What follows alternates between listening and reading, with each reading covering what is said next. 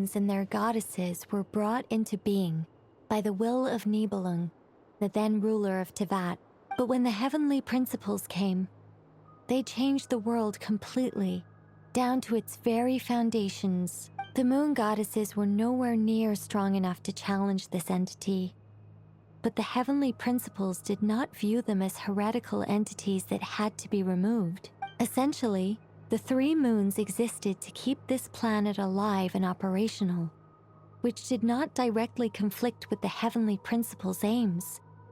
Nevertheless, the inherent precariousness of this arrangement would soon be revealed. Nibelung returned. Yes. He did, and thus began the War of Funerary Flame, a battle for dominance between Nibelung and the heavenly principles. Discord would soon emerge between the three moon sisters. One would voice the opinion that they should follow Nibelung, for it was he who first hung the moons in the sky. Another would argue that taking sides in the conflict would only bring the world closer to ruin. There was no telling where it would lead.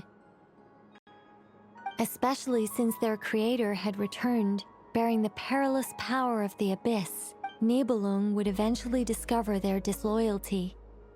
He had all three imprisoned before transforming the moons into weapons with which to fight against the heavenly principles. What? Weapons? Yes.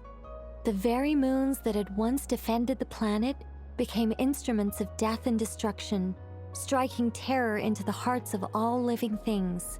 And although the heavenly principles and the three moon sisters had once been at peace, it now seemed that the moons posed an unacceptable threat to Tevat.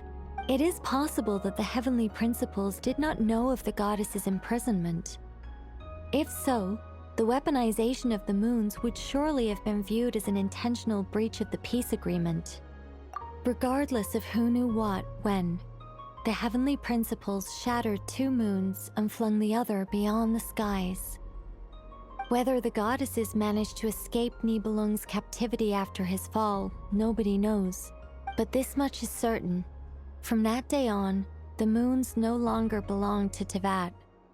The rejection slowly drained their power until eventually they passed away. So that's the full story. You say the moons ceased belonging to Tevat from then on. Why then would Columbina be born here? That is perhaps due to the lingering connection between the Frost Moon, which was not shattered, and this world. You could see it as the three sisters' dying wish. They never desired war. All they ever wished for was to protect this land.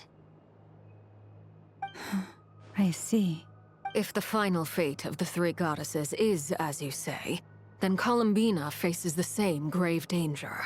Our investigation has yet to bear fruit. We must hurry. Yeah,